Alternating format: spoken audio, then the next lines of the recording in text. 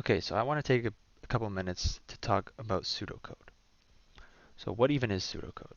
So sometimes you hear the term pseudocode, and all that really means is it's kind of like code, but it doesn't conform to any specific rules.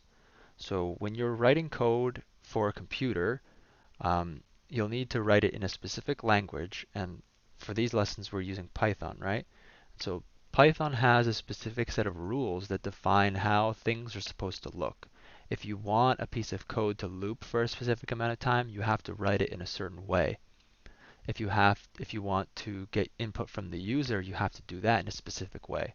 And these ways that you do these things, they vary between different languages, and sometimes they vary between different operating systems.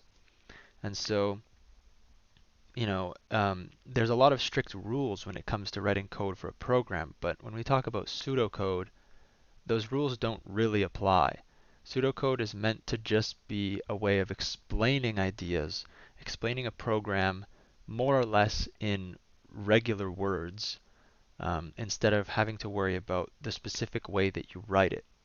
So, for example, if I wanted to say, uh, write a program in pseudocode that grabs input from the user and just says it back to them, I would say something like, um, set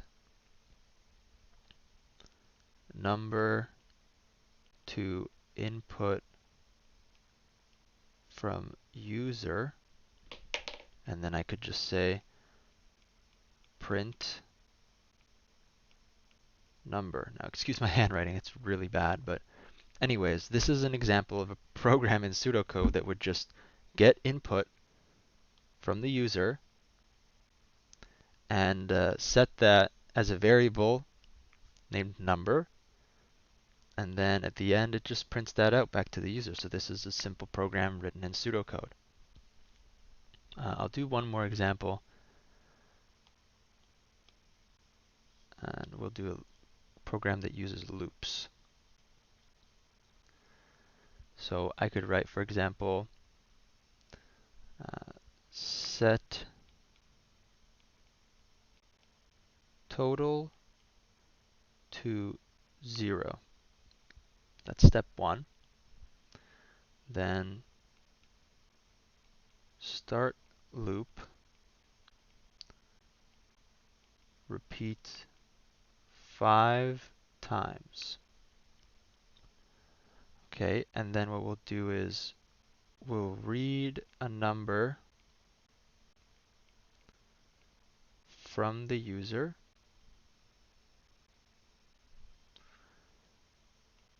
add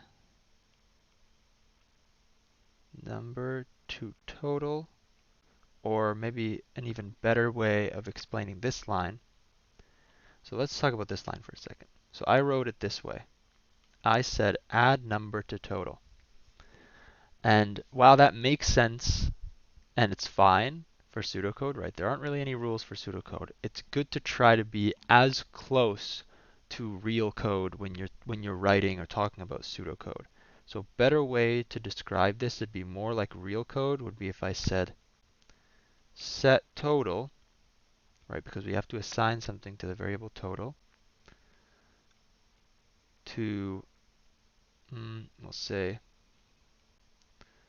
to total plus number. This is a much clearer way of explaining it because it's more closely related to the code that would actually be written. Okay, next we say, then we can end the loop, and then we'll set average to total divided, sorry about my handwriting, by 5. And then finally we'll say print average. So this is actually a program that that's in one of the other videos. So this is something that you'll get to actually see in code if you haven't already. But yeah, this is a more kind of complicated example of pseudocode. Um, and if you wanted to, you could make it a little bit more readable just by, for example, taking all this code that's within the loop and just moving it off to the side slightly so it's clear that it's within the loop. These are little things like you can add some details to the pseudocode just to make it more clear, make it a little bit resemble code a little bit more. But again, the whole purpose of pseudocode is just to explain the way a program is supposed to run without worrying about the specific details of a language, how it's supposed to look in a specific language or whatever. So you could really make this as close to real code as possible, right? Like I could remove the word to here and use equals instead, right? I could use some symbols to make it look a little bit more like code. You can really kind of like pseudocode is just kind of, again, I just want to stress the fact that it's really just a way of explaining what a program is supposed to do.